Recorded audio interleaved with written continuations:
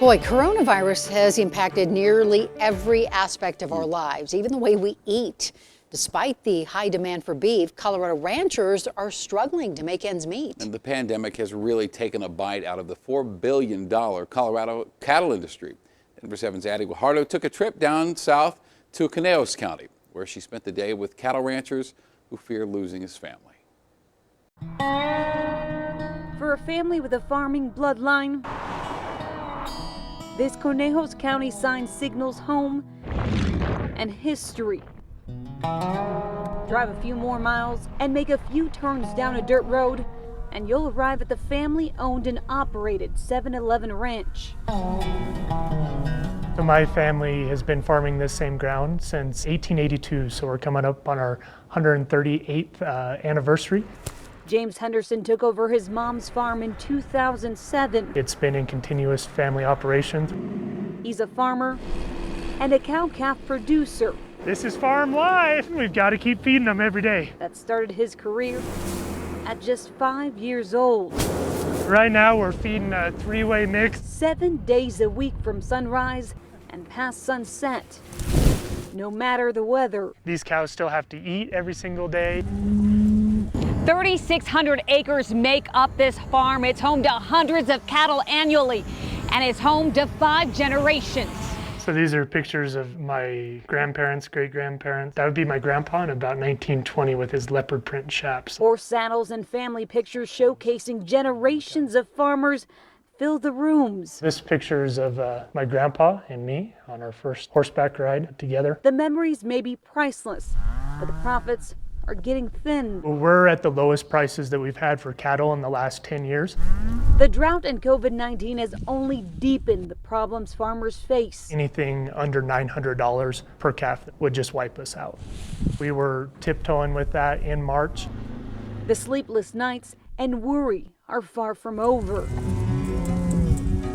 A study released in April shows cow-calf producers like James will be hit the hardest. Nationally, the industry is expected to see revenue losses totaling $3.7 billion in 2020 due to the pandemic. Henderson took advantage of the Paycheck Protection Program to keep his employees and looks forward to receiving relief from the USDA Food Assistance Program. But it's done little to calm his nerves. The biggest fear is that we get to January and it's time to sell calves and the value just isn't there. I have neighbors that are just hanging on that edge.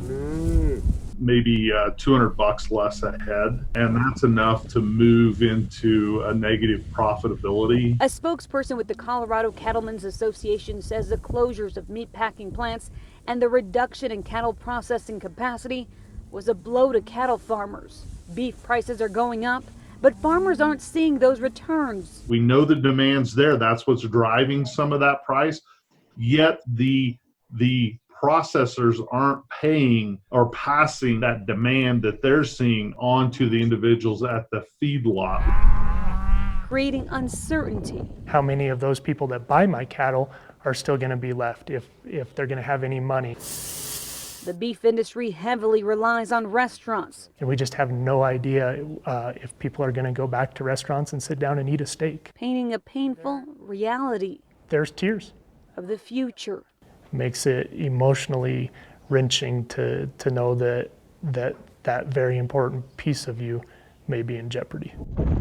Henderson and his wife grew up on a farm. We love to have our kids out on the farm with us. And they seem to love it too. Move cows from corral to corral. When I look at him, I can't help but think of these little guys that I've got, the continuation of that tradition. A tradition now on the line. And you put so much time and blood, sweat, and tears into something, and it just becomes almost a part of who you are, really deep in your soul. My biggest fear is that the farm isn't here for the future generations. A piece of family history that runs generations deep. I'll pull this trailer up here.